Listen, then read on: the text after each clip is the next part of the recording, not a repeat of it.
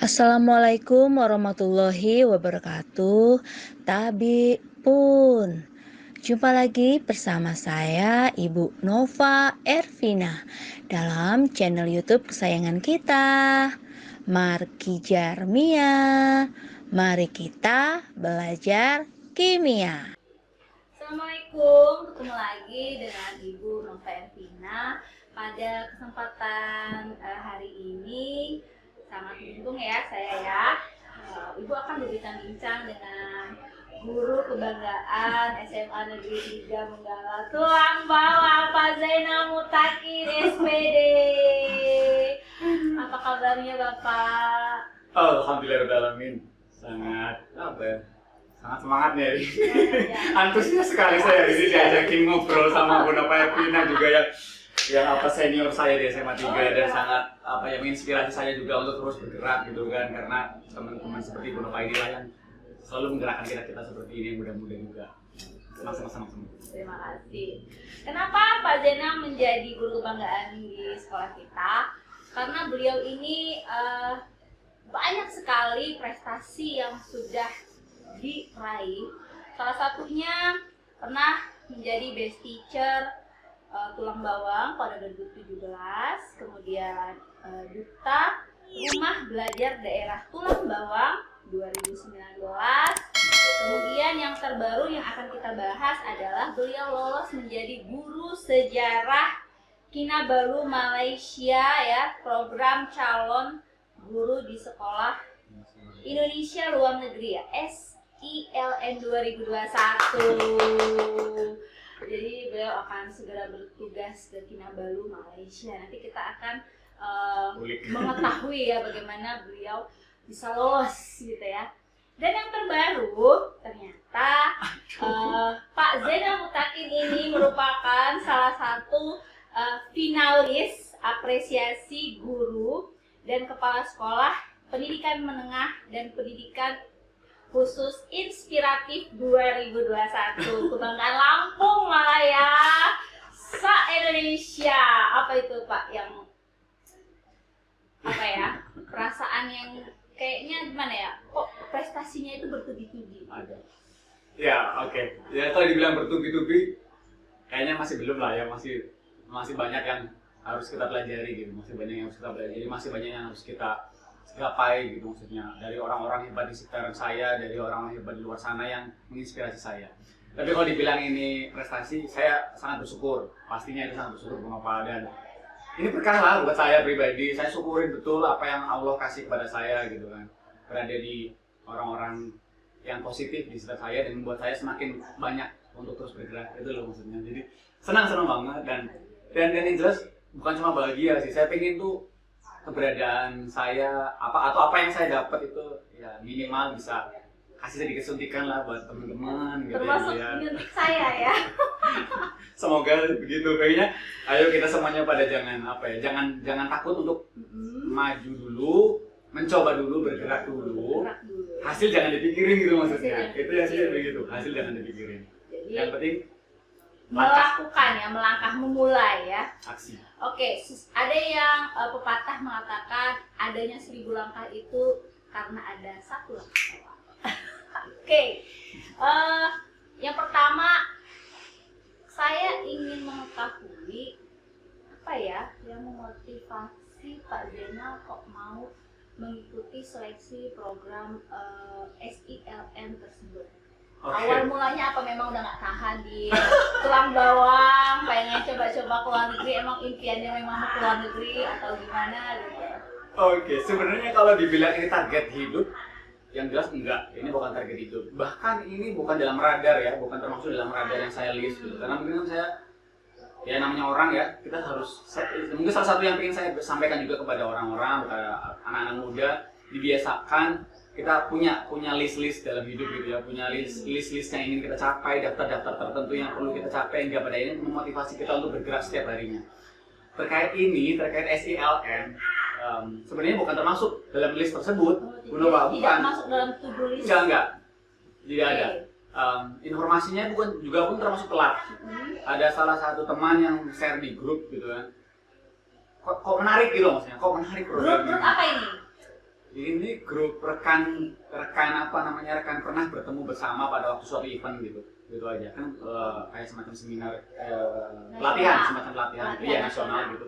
Nah itu mereka share di situ dan menarik gitu kan, akhirnya saya coba pahami gitu lah, kayaknya ini seru gitu, maksudnya seru, pengalaman baru, karena saya emang termasuk orang yang suka ya hal-hal baru, bener, suka hal-hal baru. Kayaknya dapat hal baru itu sesuatu yang akan saya terus senangi gitu loh, maksudnya.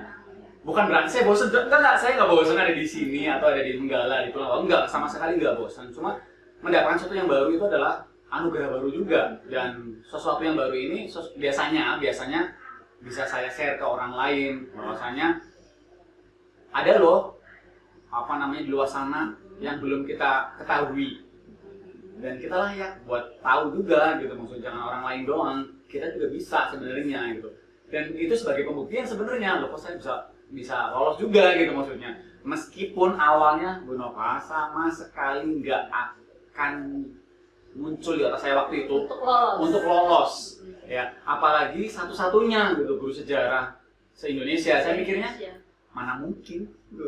Saya tahu betul gimana teman-teman saya di luar sana hebat-hebat, orang-orang guru-guru sejarah yang sangat hebat itu banyak banget berkeliaran di sekitar kompetisi gitu, maksudnya di Nusantara. Tapi itu tadi prinsip saya, kalau nggak nyoba daripada mati penasaran, daripada mati penasaran, coba aja gitu loh maksudnya. Coba aja. Tapi ada tapinya. Ketika kita nyoba, kita tuh nggak boleh sekedar mencoba aja. Lah, jadi saya tuh harus bagaimana nih maksudnya Pak? Kita mungkin awalnya mencoba ya, agar kita tidak penasaran. Tapi ketika kita udah memutuskan untuk mencoba, jangan ketika kita mencoba itu hanya sekedar mencoba, tapi totalitas. Terus totalitas. Saya total dalam segala mengerahkan semua yang Bapak punya gitu. Ya, persiapan berkas saya cek berpulang-pulang kali. Belum lagi persiapan yang lain ya, tes-tes yang lain. Untuk berkas aja, administrasi, kita harus maksimal mungkin gitu maksudnya. Jangan sekedar ngirim aja gitu. Semaksimal mungkin, secantik mungkin persiapan kita gitu maksudnya, agar panitia, tim dan sebagainya merasa bahwasanya kita tuh layak gitu kan. Nah itu tadi, jadi jangan cuma mencoba, tapi setelah kita benar-benar niat untuk mencoba, fokuskan untuk maksimal dalam percobaan itu gitu maksudnya. Kemudian oke, sebelumnya berarti harus berterima kasih dulu ya sama temennya yang di grup itu. Iya, saya udah terima kasih. Saya udah terima kasih langsung di grup itu. Saya udah langsung terima kasih kepada teman saya itu, Bu Arum. Oke, Bu Arum. Mungkin Ibu Arum adalah perpanjangan tangan Allah Subhanahu wa taala ya untuk habis itu menemukan Zainal Mutakin di tulang bawang. Itu posisinya udah telat baca informasinya juga dari grup itu. Selain Bu Arum juga ada salah satu senior di Dinas Pendidikan Tulang Bawang, jadi Dinas Pendidikan Tulang Bawang yang selalu kasih support, ya, Bu Yohana namanya. Oh, Ibu Yohana ya. Dia ngasih informasi, ya emang kebetulan saya udah tahu informasi tersebut dari Bu Arum tadi, tapi motivasi dari Bu Yohana itu selalu menggerakkan ya, benar. Kalau ada orang lain yang merasa saya sanggup, masa diri saya sendiri bilang nggak bisa gitu loh. Kalau orang lain merasa, ayo Pak, kamu bisa, masa diri sendiri kita ngerasa insecure tuh nggak bisa, sedangkan orang lain merasa bahwasanya kamu bisa atau kita bisa, jadi why not gitu kan, dicoba kan, betul kan? Orang yang bisa memandang kita gitu ya, jadi kita memang harus semangat.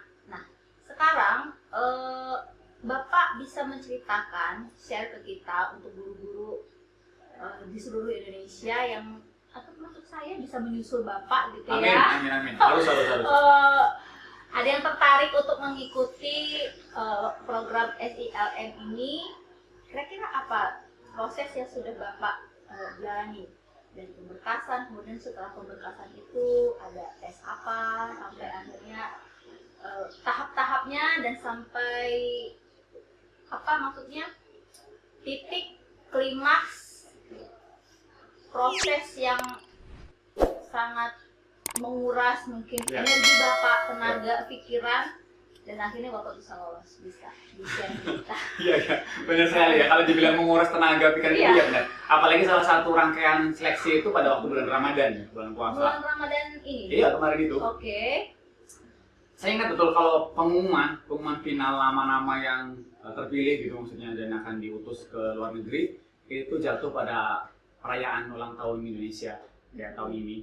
Tapi pada tanggal 18 Agustusnya. Oke, Itu pengumuman 8 finalnya. tahun. Emang saya rahasiakan sampai sebulan kemudian hingga pada akhirnya muncul di koran, itu nanti lagi cerita soal itu ya.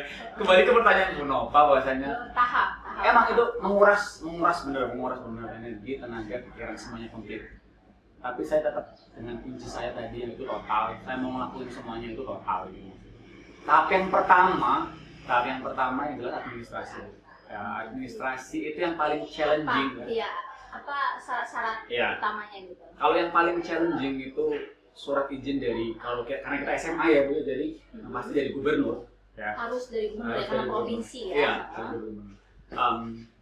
Sebenarnya kalau soal syarat itu lengkap ada di web ya, ada di web, itu benar-benar bisa diakses oleh kita semua ya, di web Mutasi Kemendikbud itu bisa diupdate, bisa dicek gitu maksudnya. Ya, yang pasti dia harus sarjana, Ya. harus mengajar berapa tahun itu Pak? Ya, harus mengajar, saya agak lupa, kurang lebih kalau nggak salah 5 tahun ya. 5 tahun dan harus tersertifikasi. Iya, harus punya sertifikat pendidik untuk tahun ini ya, untuk tahun kemarin, tahun saya seleksi. Kalau tahun sebelumnya yang penting adalah kita tuh selalu update informasi karena bisa berubah-ubah. Berubah-ubah, oke. Bisa berubah-ubah. Karena dapat informasi juga sebelumnya tuh nggak pakai sertifikat pendidik gitu maksudnya. Di tahun ini harus pakai sertifikat pendidik gitu kan. Terus habis itu tadi kayak semacam harus punya NUPTK dan sebagainya. Itu teman-teman sekalian bisa dicek ya di webnya dari kementerian tadi, Mutasi Kementerian, itu bisa kalian cek lengkap sekali syarat-syaratnya, seperti surat keterangan sehat dari rumah sakit ya, rumah sakit yang diakui negara. Itu nanti kamu teman-teman sekalian dicek kesehatannya dan sebagainya. Semuanya. Apa darah, penyakit, narkoba, gimana? Tes narkoba, hanya tes narkoba. Kejiwaan gitu? Tes kejiwaan nanti ada lagi juga. Ada lagi. Tapi beda bukan di rumah sakit, ya. Oke. Itu narkoba yang paling utama, sama tadi itu surat sehat yang bahwasanya tidak tes darah dan sebagainya itu. Tapi nggak medical atau general sehat tidak. Ya. Oh, tidak. Ya. Hanya yang global. Ya, yang tadi itu. Terus habis itu dilampirkan juga berkas-berkas yang lain, itu banyak. Jadi bisa dilihat sendirilah ya. Nanti di deskripsi diunjukin aja gitu ya. Nah, ini penting juga ya buat kita ketahui apa saja tahap-tahap yang Bapak lewati. Jadi proses seleksinya itu seperti apa? Oke. Ya, pasti ini hampir setiap seleksi pasti yang pertama adalah administrasi. Ini penting ya. Ini mungkin kemungkinan banyak yang menyepelekan soal ini gitu maksudnya. Tapi kalau untuk level-level udah nasional atau level-level yang udah sangat ketat, itu kita nggak boleh sepelein yang berhubungan administrasi. Percayalah, kesan pertama dari panitia itu ada di administrasi kita gitu maksudnya. Dan itu ada harus lolos seleksi berkas baru ke tahap selanjutnya. Iya. Oke. Jadi Kita bahas yang seleksi berkas. kalau kita seleksi berkasnya udah nggak lolos, nggak mungkin bisa masuk ke tahap selanjutnya gitu. Jadi seleksi berkasnya harus maksimal sih. Buat tampilan berkas, maksudnya buat packaging kita dari berkas kita itu meyakinkan gitu maksudnya. Jadi ya harus hati-hati di berkas itu tadi maksudnya. Kalau diminta A ya harus A, jangan diminta A kasihnya C gitu kan, udah nyeleweng banget. Nggak boleh nyeleweng. Dan apapun syarat-syaratnya tadi ya, saya sedikit buka aja karena saya udah lama dan nggak hafal juga. Biar lengkap informasinya, seperti pas foto itu harus ada ya, pas foto 3x4, diminta 3x4 ya, kamu siapin 3x4 teman-teman Jangan sekalian. kasih yang 4x6 atau Ya, 2x3. Jadi harus sesuai ya. Sesuai yang diminta. Itu ada 500 KB ya, 500 KB maksimal, nggak boleh lebih. Seperti itu, tolong detail-detail kecil itu tadi nggak boleh disepelein gitu maksudnya. Terus habis itu surat lamaran, itu surat lamaran di materai ya juga harus pakai materai. Kalau 10.000 ya 10.000. Dan formatnya udah ada. Ya, formatnya udah ada. Ya. Formatnya udah ada, tinggal kita download Dan aja. harus sesuai format itu. Ya, harus sesuai sama itu, nggak boleh ngarang-ngarang sendiri. Ya, terus NUPTK juga di NUPTK itu wajib direkomendasikan atau ya nggak diwajibkan sih, itu nggak diwajibkan. Nggak diwajibkan. Jadi untuk guru yang belum punya NPTK bisa. Ya, habis itu KTP dan akte lahir pasti ya, ijazah terakhir dan transkrip nilainya juga harus dilampirkan juga yang asli. Dilegalisir Ya, dilegalisir. atau yang asli. Kemarin itu saya kalau nggak salah itu yang asli. Oke, Ya, asli ya. tapi siapin aja yang legalisir juga. Maksudnya legalisir tuh kalau nggak salah sih nggak harus di kampus sih legalisirnya. Tapi siapin aja semaksimal mungkin kalau bisa yang legalisir kampus ya. Terus habis itu TOEFL ya, skor TOEFL atau IELTS. Jadi kita harus menunjukkan bukti kemampuan bahasa Inggris kita. Jadi mau nggak mau kita harus punya. TOEFL-nya? Ya kalau yang diminta sih 450 ya untuk TOEFL, terus IELTS itu 5,0 ya. Jadi harus punya salah satu atau dua-duanya? Salah satu, kita boleh Ya, pakai kalau TOEFL, boleh, boleh pakai IELTS, boleh. Kalau kemarin saya kebetulan pakai IELTS ya, karena saya punyanya IELTS gitu. minimal semuanya 450. Kalau di keterangannya sih harus sesuai, harus dari lembaga yang terakreditasi ya, Misal nih, dan misal. diterima oleh kementerian begitu maksudnya. Misalnya TOEFL apa dari Ya kalau TOEFL ya kampus Unila contohnya ya. minimal dari kampus-kampus yang emang udah terakreditasi lembaga bahasanya sih sepertinya. Kalau saya tanya-tanya tuh teman-teman sih banyak yang dari lembaga-lembaga kampus kok masih diterima sama itu. Jadi jangan terlalu berpikir bahwasanya TOEFL itu harus TOEFL yang emang standar internasional, enggak kok gitu maksudnya. Buktinya teman-teman saya banyak yang lolos bukan dari sana. Saya pun IELTS-nya bukan IELTS yang udah resmi tes, tapi IELTS masih IELTS bukan resmi tes. Jadi diterima kok. Soalnya nanti ada tes bahasa Inggris lagi, tes TOEFL lagi. Ada tahap bahasa Inggris. Nanti ada kita bahas. Conversation-nya ya. Ya, itu cuma pembuktian di berkas bahwasanya kita itu layak untuk ngajar di luar negeri gitu sih maksudnya. Untuk bicara Ya, conversation Inggrisnya ada tahap lagi.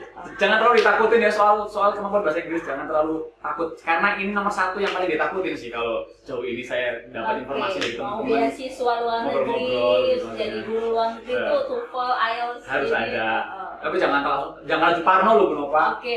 Kalau saya ngobrol-ngobrol sama teman-teman, halangan terbesar di sini. Di sini. Ya, parnonya di sini. Padahal jadi akhirnya nggak maju gitu loh, nggak nyoba gitu karena udah mundur duluan karena udah takut duluan dari itu. Ya lu tadi TOEFL ya, sertifikat. Habis itu sertifikat atau penghargaan yang dimiliki. Berarti secara tidak langsung memang harus guru-guru yang sudah mengantongi prestasi. Tapi Bapak itu Ibu. nanti kita bahas soal itu pertanyaan itu nanti kita bahas ya. Kita bahas juga apa namanya berkas-berkas yang tadi ya. Prestasi. Jadi kalian punya sertifikat piagam-piagam ya. Kita harus ditunjukkan keahlian kita selain hanya ngajar tentang materi kita atau pembelajaran kita atau mapel kita. Buktikan bahwasanya kita punya kemampuan lain di Ada itu. skill. Ya, gitu contoh skill. yang paling mungkin bisa kita temukan itu adalah pramuka. Ya, itu piagam pramuka bahwasanya kita menguasai kepramukaan itu diutamakan juga. Ya.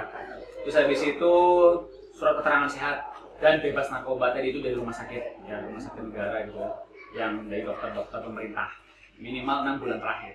6 bulan. Ya, 6 bulan terakhir waktu itu. Habis itu juga kita diminta untuk menyerahkan deskripsi diri. Deskripsi diri itu kayak seakan kita menceritakan diri kita dalam suatu lembaran kertas gitu ya. Dalam bentuk esai. Iya, dalam bentuk esai Berarti itu satu lembar aja sih. waktu itu. Anggaplah kita bikin novel tentang diri kita sendiri. Ya, mungkin kita akan susah ya kalau menceritakan diri kita selama satu lembar, selama seumur kita ini, tapi hanya satu halaman aja. Ya, A4 pula halaman. Jadi Oke.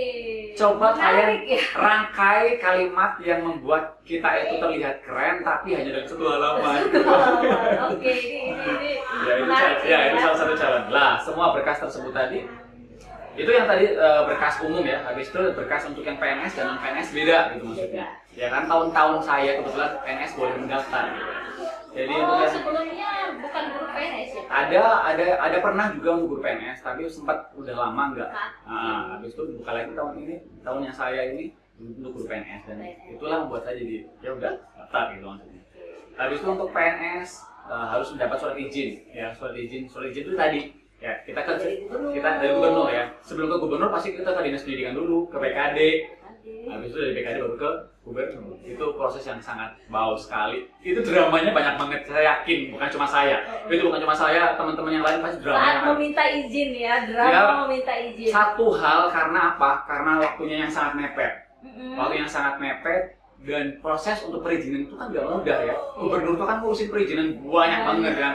Itu Nggak usah satu hari hanya untuk ngurusin kita gitu ya. itu bisa diceritain khusus nih momen ini. Maaf. Itu nanti lagi lah kita bahas itu. Drama minta Drama izin. banget. Udah kayak ngemis. Udah ya. Kita lanjut juga sertifikat pendidik itu diminta. Ya, itu diminta. Untuk yang 2021 ini. Ya, mungkin 2021 itu diminta sertifikat pendidik. Habis itu surat keterangan mengajar dari kepala sekolah bahwasanya kita selama ini emang aktif mengajar gitu ya maksudnya. Jadi kepala sekolah. Terus surat keterangan pengalaman bekerja gitu maksudnya. Bentar. Minimal berapa tahun Pak? 5 tahun. 5 tahun ya. Ya. Pengalaman mengajar minimal 5 tahun ya tahun. Bapak Ibu. Ya, untuk yang PNS lagi untuk yang PNS SK terakhir sama SK pangkat. sekretariat sama sekretariat silahkan di-upload juga, itu diminta. Habis itu juga surat keterangan berkelakuan baik sih. Tapi ini nih, kalau yang dari PNS boleh dari atasan aja, boleh dari atasan. Nah itu tadi untuk yang PNS. Untuk yang non PNS, surat izin dari pimpinan institusi sih, ya atau yayasan gitu yang non PNS. Habis itu sertifikat pendidik tetap diminta meskipun yang non PNS. Untuk PNS non PNS Sama, diminta. sertifikat harus. Habis itu surat keterangan mengajar juga dari ketua yayasan ya, kalau yang non PNS gitu maksudnya. Habis itu surat keterangan pengalaman bekerja. Kalau yang kan itu kan bukan cuma guru aja yang dibuka ya, tapi tenaga pendidikan gitu maksudnya, staf gitu maksudnya. Itu juga harus diminta surat keterangan pengalaman bekerja ya. Terus habis itu surat keterangan SKCK. Kalau orang bilang surat keterangan catatan kepolisian ya, tentang kebaikan, tentang bahwa kita nggak pernah melanggar sesuatu hukum gitu kan. Itu dari SKCK untuk yang non PNS. Itu sih untuk berkas, dan berkas itu silahkan diupload di web yang sudah disediakan oleh teman-teman, yaitu mutasi.sdm.kemdikbud.co.id. Itu berkas tadi semuanya harus lengkap, nggak boleh ya kalau menurut saya gitu, jangan menciderai bekas Anda itu maksudnya, karena itu nanti menciderai image Anda gitu. Kalau diminta A ya kasih A, diminta 100 ya kasih 100.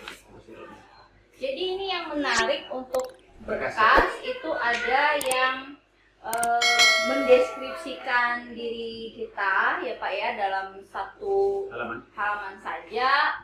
Rata-rata kalau untuk saya pribadi, apalagi guru-guru eksak ya di luar sana, agak gimana gitu ya, merangkai kata, meramu kata-kata yang kira-kira indah gitu.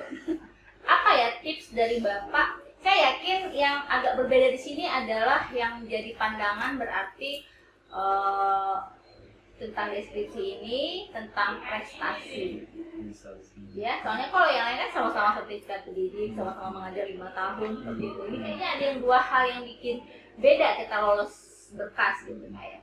Kira-kira ada tips bagaimana kita hal-hal yang penting, apakah pendidikan kita yang harus kita ceritakan, apa gitu yang baiknya untuk mendeskripsikan poin-poin gitu. Ini penting juga, benar Bu Nova Ervina ya. Kita tuh harus tahu betul, kita harus tahu betul apa yang diinginkan oleh panitia. Setiap seleksi, kita pahami betul seleksi ini tujuannya apa yang dicari oleh si penyeleksi. Jangan sampai kita cuma sekedar ikut seleksi aja. Itu tadi kembali ke totalitas. Kita benar-benar research dulu, tahu betul apa sih yang diminta oleh penyeleksi. Seorang yang kayak gimana sih yang dicari gitu maksudnya. Lah, menurut Bapak SILN ini Sekolah Indonesia Luar Negeri ini kan mengajar, mencari guru yang mengajar di luar negeri yang bukan hanya guru biasa aja. Biasa aja dalam artinya bukan guru itu berprestasi segudang dan sebagainya, bukan ya. Tapi mereka yang benar-benar siap untuk diterjunkan di sana dan bisa mendeskripsikan dirinya dalam satu halaman tadi itu. Ya, di situ itu kan bukan dicari hanya sekedar guru aja, mengajar di kelas aja, tapi dia bisa mengaktualisasikan siswanya di luar kelas. Lah, di luar kelas itu tuh berarti kita butuh sesuatu tuh yang kita harus obrol, kita tunjukkan kepada panitia bahwasanya kita bisa. Ya, jadi bukan melulu tentang prestasi sih, tapi tentang apa yang bisa kita jual tentang diri kita yang kemungkinan besar nggak semua orang itu punya gitu maksudnya.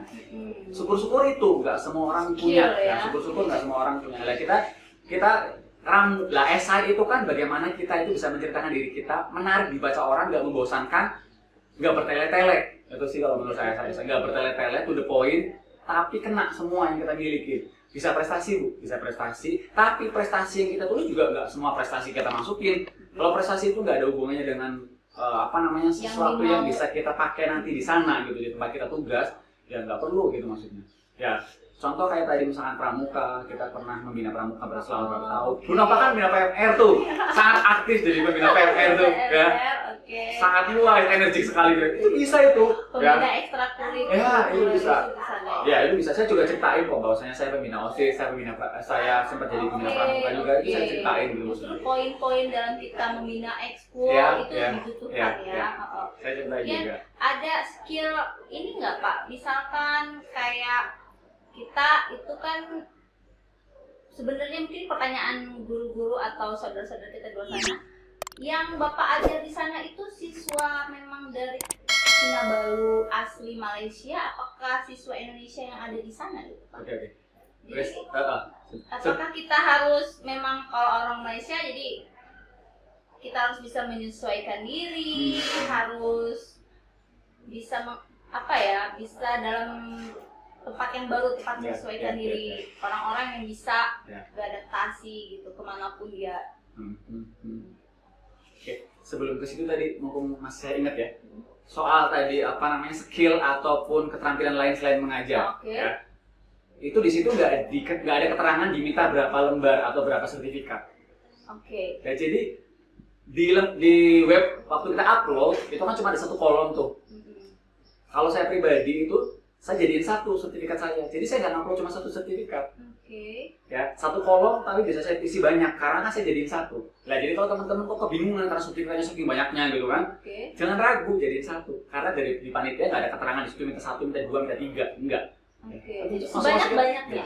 Selagi masih bisa kebaca PDF-nya, selagi masih bisa kebaca kan nggak buram, masukin aja gitu maksudnya. Jadiin satu tapi. Dalam satu PDF itu bisa 5, 10 scanan sertifikat. Bukti bahwasanya kita memiliki keahlian lain selain hanya sekedar mengajar di kelas. Iya, soalnya kan kayaknya orang ke tempat sesuatu yang baru, berarti kan harus butuh orang-orang yang kuat, memang strong, mudah beradaptasi. Itu jawaban selanjutnya bahwasanya itu juga saya tulis di selembar halaman saya tadi itu bahwasanya saya adalah orang yang suka hal baru gitu ya maksudnya. Saya suka banget tantangan. Bukan berarti saya bosanan, bukan, tapi memang saya menyukai hal-hal baru, pengalaman baru, pembelajaran baru dalam hidup saya, karena itu akan berharga bukan buat saya ya, buat orang banyak di sekitar saya gitu maksudnya. Ketika saya dapat ilmu baru, ya, pembelajaran baru, insight baru itu pasti akan berguna dulu buat orang banyak. Jadi benar-benar akan mengajar benar-benar siswa Malaysia asli. Bukan, justru gimana tuh? Justru kita itu akan dijadikan semacam kayak duta budaya gitu loh. Kayak duta budaya waktu wawancara salah satunya saya dibilang begitu. Anda di sana bukan cuma sekedar sebagai guru, tapi sebagai duta budaya dan duta bahasa. Jadi jangan takut banget harus bahasa Inggrisnya lancar banget. Itu bukan. Justru malah di sana kita tuh harus mengajar dengan bahasa Indonesia yang baik dan benar. Ya. Harus baik dan benar. Mungkin murid-murid kita di sana pada pandai berbahasa Inggris, tapi kita dianjurkan banget untuk bisa mengajar dengan bahasa Indonesia baik dan benar karena ditakutkan, dikhawatirkan sama pemerintah kita. Pemerintah kita kan mengadakan program ini agar orang-orang yang notabene Indonesia tapi nggak di Indonesia, tapi mereka kan Indonesia, tapi nggak di Indonesia, jiwanya tetap Indonesia, hatinya tetap Indonesia.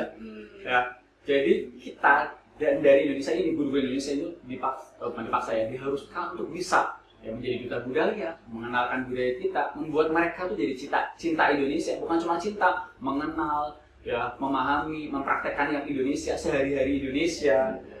Kalau dibelah tuh Indonesia banget gitu loh, bagaimana ceritanya tuh siswa kita. Jadi kita dituntut untuk bisa inovasi dalam pembelajaran, menyisipkan keindonesiaan, apalagi kalau saya sejarah ya mungkin udah pas gitu maksudnya kan. Emang guru sejarah dituntut untuk itu, untuk membuat siswa bukan cuma cinta Indonesia, tapi nanti bisa mau berkorban Indonesia. Sekali sejarah Indonesia sendiri. Budaya juga gitu maksudnya, bukan cuma bahasa, tapi juga budaya juga, sejarah juga dan sebagainya. Itu yang dituntut sih sama panitia, sama pemerintah. Jadi kita harus paham juga. Malahan justru yang kita tetap di sana orang Indonesia, siswa-siswa Indonesia, yaitu anak-anak mungkin tenaga kerja Indonesia yang ada di sana, gitu maksudnya, yang tersebar di luar negeri, tenaga kerja di luar negeri, mungkin ada yang dari anak-anak kedutaan, yang mungkin dari kedutaan, atau anak-anak di lembaga-lembaga swasta yang kerja di sana, itu dijaring sama pemerintah untuk disekolahkan di sekolah Indonesia yang ada di luar negeri, dididik oleh orang Indonesia yang benar-benar mengerti Indonesia dan cinta Indonesia agar mereka di luar negeri tapi tetap Indonesia hatinya. Berarti ini tidak hanya di Malaysia ya Pak ya, di seluruh dunia ya? Iya, ada banyak. Saya juga udah hafal sih. Dubai ya di sana. Ada di di Arab Saudi, ada di Mekah juga, di Jeddah juga ada, ya. Terus di Belanda juga ada, ya di Thailand juga ada. Jadi misal kalau di Belanda, walaupun mereka mungkin sudah lahir di Belanda, tapi karena mereka orang Indonesia, penting sekali program ini. Agar Indonesianya tidak hilang. Jadi walau nanti misal nih kalau ternyata Bapak di Belanda memang harus mengajar dengan bahasa Indonesia dengan baik dan benar, itu juga berlaku sama dengan negara-negara lain. Setahu saya sih demikian. Waktu proses wawancara, Anda itu duta bahasa maksudnya di sana. Gitu maksudnya. Jadi ada penekanan di situ bahwasanya kita harus bisa menggunakan bahasa Indonesia baik dan benar dalam pembelajaran agar mereka tidak mungkin kemampuan berbahasanya tetap bagus, dan akhirnya kalau mereka terbiasa dengan bahasa Indonesia kan mereka merasa bahasa dirinya Indonesia gitu. Coba kalau mereka berbahasa Inggris terus, bukan berarti mereka harus meninggalkan bahasa Inggris, tidak, tetap mereka kemampuannya global tapi hatinya tetap Indonesia gitu sih. Itu target sih, target pemerintah dalam program ini sih kalau menurut saya gitu. Ya, jadi pada tahap pertama kita lolos seleksi berkas, baru kita bisa ke tahap kedua. Ya. Jadi seperti sistem gugur ya, setiap tahap harus mengeliminasi. Ya. Dibilang sistem gugur dengan mutlak juga nggak begitu sih, soalnya nggak banyak yang tergugurkan waktu itu. Pokoknya seleksi terbanyak yang gugur itu waktu itu pada seleksi awal berkas. Ya, makanya saya bilang dari awal berkas itu harus maksimal gitu. Apa itu Pak tes? Apa tahap keduanya itu ngapain aja? Untuk tahap kedua, kalau saya nggak salah ingat ya, kalau saya salah ingat tuh Februari, seleksi awal tuh di Februari, sampai nggak pada akhirnya pengumuman di Agustus ya. Jadi panjang banget tuh kan. Tapi saya lupa di tahap kedua itu di bulan apa sebagainya, saya nggak begitu ingat soalnya itu panjang banget, jadi saya nggak lupa waktunya. Jadi yang jelas seleksi tahap kedua itu terkait dengan ujian ya, seleksi ujian itu ujian tulis. Jadi di tahap kedua itu ada dua jenis seleksi ya, dua jenis tes. Yang pertama adalah ujian tulis, semua yang berhubungan dengan menulis ya, tulisan. Yang kedua oral atau yang kita ngomong disampaikan. Untuk tulis itu ada psikotes. Itu banyak banget macamnya. Mungkin semua udah tahu lah psikotes itu jenis-jenisnya. Cobain semua aja karena derek angka, bentuk-bentuk. Ya, bentuk-bentuk ini harus ini habis kayak gini, bentuknya kayak gimana? Ada kebahasaan ataupun yang berhubungan dengan verbal itu ada juga. Bahasa-bahasanya seperti biasa yang kita asing-asing nggak bisa ngertiin. Untuk psikotes ini waktu zamannya saya yang tahun ini itu bener-bener dikejar sama waktu. Jadi ada waktunya. Jadi ada soal sekitar 40, cuma berapa nggak nyampe berapa. Tiba-tiba waktu udah habis. Kita kan cuma ngerjain paling cepat 10. Itu nggak tahu itu harus dikerjain sebanyak-banyaknya atau bener minus dan sebagainya. Yang jelas kemarin kalau saya pribadi saya kerjain yang menurut saya bisa kerjain itu waktunya udah habis. Itu psikotes. Jadi untuk kalian semuanya yang emang udah lihat YouTube-nya Bu Nova dari sekarang, mungkin perlu kalian belajar banyak psikotes yang berhubungan dengan bentuk-bentuk yang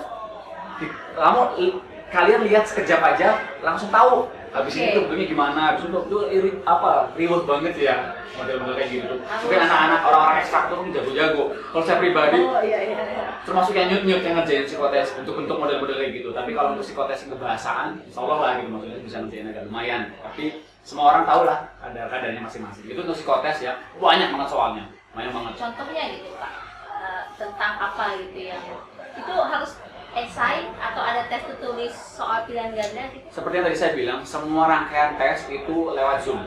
Ya, di Zoom tuh online dari pagi kita dikumpulkan setengah 8, jam 8 mulai tes. Se-Indonesia Raya ya, itu? Ya, jam 8 itu mulai tes yang pertama adalah psikotes. Saya lupa sampai jam berapanya ya, kurang lebih mungkin sampai jam 10 kalau nggak salah. Psikotes itu dengan berbagai jenis soal itu sampai selesai jam 10. Ya, habis itu jam setengah lanjut ya. Cuma ada waktu istirahat sebentar doang kalau nggak setengah jam. Habis itu lanjut ke studi kasus. Studi kasus di situ kita dikasih waktu 1 jam dengan satu soal pertanyaan, satu kasus maksudnya, satu kasus itu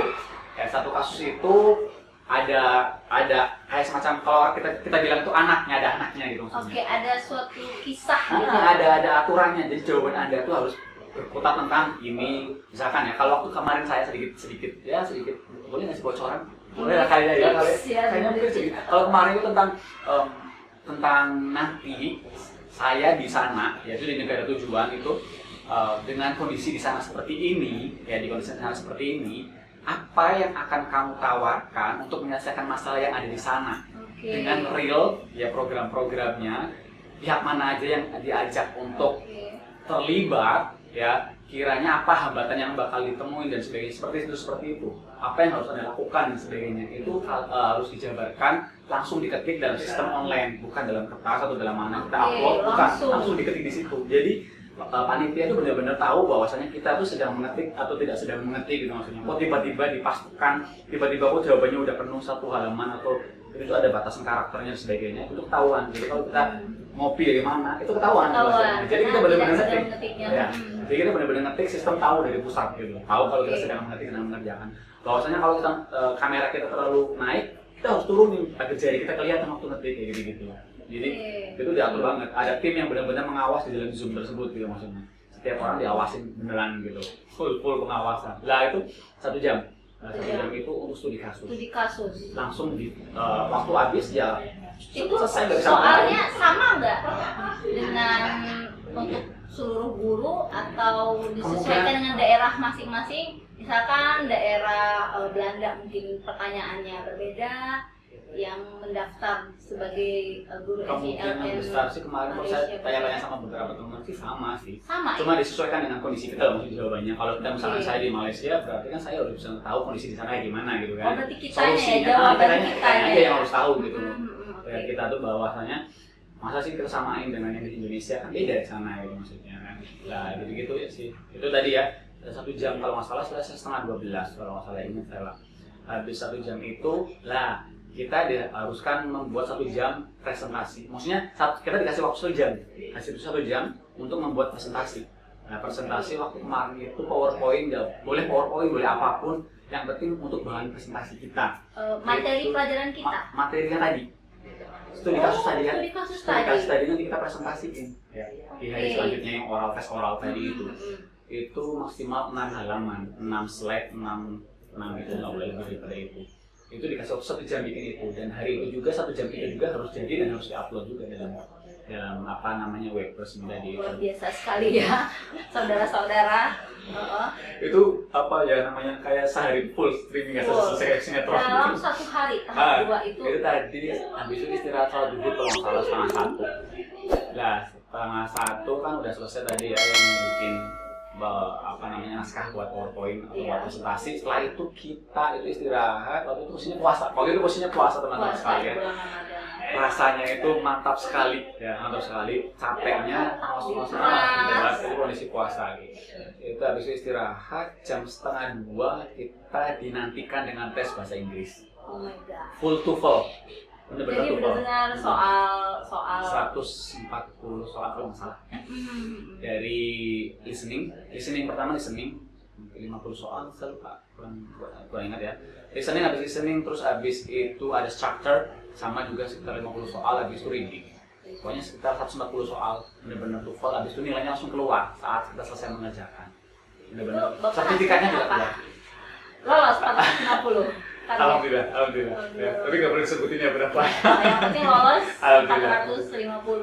Oke, jadi selain di berkas kita ada sertifikat TOEFL-nya, ternyata di seleksi kedua langsung TOEFL beneran 2 jam kalau nggak salah, sampai jam setengah 4 lah. Langsung sertifikatnya keluar lagi. Langsung keluar sertifikatnya juga, saya ambil buat pribadi gitu sertifikatnya.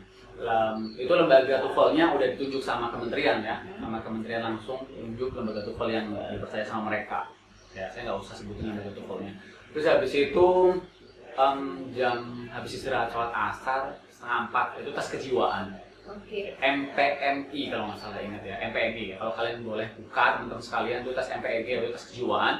Itu berapa soal ya? Sekitar lebih dari 500 soal kalau nggak salah. 500 soal. Ya itu ya jawabannya iya, tidak, atau salah, benar, seputar itu. Tapi kita nggak bisa itu benar-benar sekedar jawab. Menurut pendapat kita dan diri kita sendiri ya. Silakan carilah di Google, pasti banyak soal MPM-nya, soal kejiwaan. Itu mengukur kesiapan mental kita sih, mungkin ya, terkait kita bahwasanya kita tuh siap nggak jadi pendidik, apalagi ini bukan di daerah sendiri atau negara sendiri. Mungkin seperti itu sih. Maksudnya. Ada hasilnya juga nggak langsung? Enggak. Kalau tes MPMI. Oh nggak ada. Oh ya udah tes. Saya waktu itu selesai kalau nggak salah cuma 1 jam, setengah limaan saya sudah selesai. Ada teman-teman yang sampai setengah 6 karena ada masalah gangguan teknis dan sebagainya. Ada yang setengah 6 baru selesai, ada yang hampir maghrib selesai. Jadi dari pagi kita standby jam 7 sampai mau pulang. Dan yang kejiwaan itu terakhir dari untuk tes tertulis ya. Tahap kedua ya. Hari selanjutnya sama, di hari selanjutnya, benar-benar hari selanjutnya kita itu masih tahap 2 itu. Ya itu tes oral ya, tes kita langsung berbicara di sini. Ya di situ ada yang pertama itu kita presentasi. presentasi studi kasus yang hari sebelumnya yang kita bikin PowerPoint Iya. itu 6 halaman atau 6 slide, lalu presentasiin ya di depan teman-teman, kalau kita bilang di depan kompetitor ya, depan pesaing kita. Oke. Ya, disitulah kita baru Jadi melihat di pesaing Zoom kita. itu persaing kita, kompetitor kita itu melihat kita juga Iya, bisa. iya. Oke. Di hari itulah kita ketemu lawan-lawan kita gitu maksudnya. Oh kamu itu di hari itu kita ketemu gitu maksudnya. Nama-namanya, gelarnya dan sebagainya, profilnya itu baru tahu hari itu gitu maksudnya. Itu pun panitia nggak memberitahu ke kita, tapi kita sendiri yang tahu karena ada orang, karena udah ada profil nama dan mata pelajarannya. Oh ya berarti ini lawan saya gitu kan. Ada waktunya nggak Pak? Waktu dalam itu mempresentasikan. kan ada waktunya. Kalau nggak salah 10 menit, 15 menit, habis itu ada tanya jawab. Tapi nggak boleh lebih dari 2. Satu pertanyaan. Ya, kalau nggak salah nanti cepet jadi kita kejar kayak gitu waktunya. Ya, Ini menurut Bapak ada hubungan dengan skill public speaking nggak? Di kalau tahap yang sih pasti sih. harus ya berarti. Ya. Bagaimana ceritanya kita akan bertemu orang banyak? Apalagi kan tadi kan saya udah sempat bilang bahwasanya nanti kita tuh udah kayak duta gitu maksudnya. Oke, Duta jadi bahasa, harus duta sudah budaya gitu. Di awal ya harus berani. Pas wawancara juga ada pertanyaan, kalau misalkan nanti kalian terlibat dalam event-event yang bukan cuma hanya dengan orang Indonesia saja, kan di situ kan nanti banyak banget lembaga internasional yang bergabung gitu. Itu gimana mau memposisikan diri? Itu ada pertanyaan macam itu. Itu artinya kan berarti mereka menghendaki kita yang siap gitu maksudnya kan, dalam menghadapi orang-orang banyak yang berbagai jenis, yang heterogen gitu maksudnya, bukan cuma yang gitu. Ada hari ketiga kan? Belum, itu tadi belum selesai. Hari kedua itu masih Setelah presentasi dan kita melihat kompetitor kita yang lain. Ada LDG ya, leaderless group discussion ya. Jadi kalau simpelnya itu diskusi. Boleh mungkin ada yang bilang debat juga. Kalau kalian boleh cari lah di YouTube ada macam-macam, ada FDG, ada LDG. Jadi di situ leaderless. Jadi kita itu ini agak sedikit seru sih kalau menurut saya. Jadi kita tuh di situ nanti dipertemukan sama lawan kita tadi itu, dikasih soal, ya, dikasih kasus, silahkan didiskusikan dan kita buat rekomendasi kepada panitia. Ya, buat rekomendasi kepada panitia hasil dari diskusi tadi itu. Itu kelompoknya dibagi atau nyari Udah dibagi, sendiri? udah dibagi sama panitia dan satu zoomnya udah bisa disahin semuanya. Ya, di dalam Suatu tim. dalam kelompok itu, dalam tim itu tadi itu sudah ada psikolog-psikolog yang mengawasin kita dan mereka tidak komentar, mereka benar-benar hanya melihat kita, mengamati kita selama 30 menit berdiskusi, 30 menit atau 1 jam, saya agak lupa. Itu mengamati mana yang terlihat mendominasi, pasif. Di situ kan kita nggak boleh ya, sedikit tips aja sih, sedikit dari saya tahu gitu. Dalam LDG itu kan karena leaderless ya, jadi nggak ada pemimpin. Di situ tuh langsung tiba-tiba suruh diskusi aja, nanti nggak tahu siapa yang bakal mulai, benar-benar terserah kita. Ya jadi kalau saran saya kita itu nggak boleh diem banget, tapi kita juga nggak boleh sok-sok menguasai. Hiperaktif juga. Ya. Jadi kayak kita yang menunjukkan Nggak berkuasa gitu dalam terus diskusi itu lagi. jadi kayak seperti langsung jadi saya ketua tim ini. Jadi waktu itu ya setiap saya mau nyampein pendapat, saya izin dulu. Meskipun di situ kan nggak ada ketentuan di mana siapa sih pemimpin rapatnya dan sebagainya. Saya izin dulu, mohon masuk, boleh kah gitu. Tidak pernah saya menyerobot untuk tiba-tiba berbicara. Jadi ini tips besar yang tidak ini ya. Ya, jadi, Kadang tidak kita sadari ya Pak ya. bener-bener saya nggak pernah ngomong sebelum diizinkan sama teman-teman di situ. Dan alhamdulillah sih responnya jadinya bagus gitu loh. Orang-orang pun mendengarkan saran kita dengan hati-hati karena kita udah minta izin dulu gitu maksudnya. Ya, dan ketika kita berbicara pun kita dengan nada yang sangat sopan gitu loh. Bukan nada yang seakan-akan harus diikuti loh saran kita itu gitu maksudnya. Akhirnya ya kita saling bergantian. Bahkan saya memberikan kesempatan kepada teman yang diam aja pada waktu itu. Saya ingat betul, saya 2 kali memberikan kesempatan kepada teman yang belum bunyi. Ya mungkin ada kesempatan lah ya, mereka. Saya nggak tahu itu ada nilai atau enggak ya, saya nggak tahu. Dan akhirnya bicara nggak? Yang udah dikasih kesempatan. Ada satu teman yang berbicara tapi terakhir itu tadi. Ya jadi ya tiba-tiba waktunya habis aja dan kita bikin rekomendasi hasil kesepakatan bersama. Itu pun ada perdebatan juga ya, makanya tadi kayak ada debat-debat kayak gitu ya, wajar kan karena itu ada usulan-usulan gitu kan, nggak setuju dan sebagainya. Iya. Saya juga sempat disangka sama teman, saya ngasihkan penjelasan saya, tapi ada teman di situ yang masih ngotot. Saya mencoba untuk cooling down dan nggak tahu itu menurut keputusan juri atau panitia di situ yang psikolog semua. itu mana apa saya kalah atau apa nggak tahu. Yang jelas saya ngerasa udah saya sampaikan apa yang menurut saya itu benar, saya kasih penjelasan dengan detail gitu. Kalau ada teman yang ngotot pada waktu itu, it's okay gitu kan. Saya nggak harus membalas lagi dengan. Dan harus Mungkin saya pengen membalasnya. pendapat kita yang benar. Saya ingat betul waktu itu.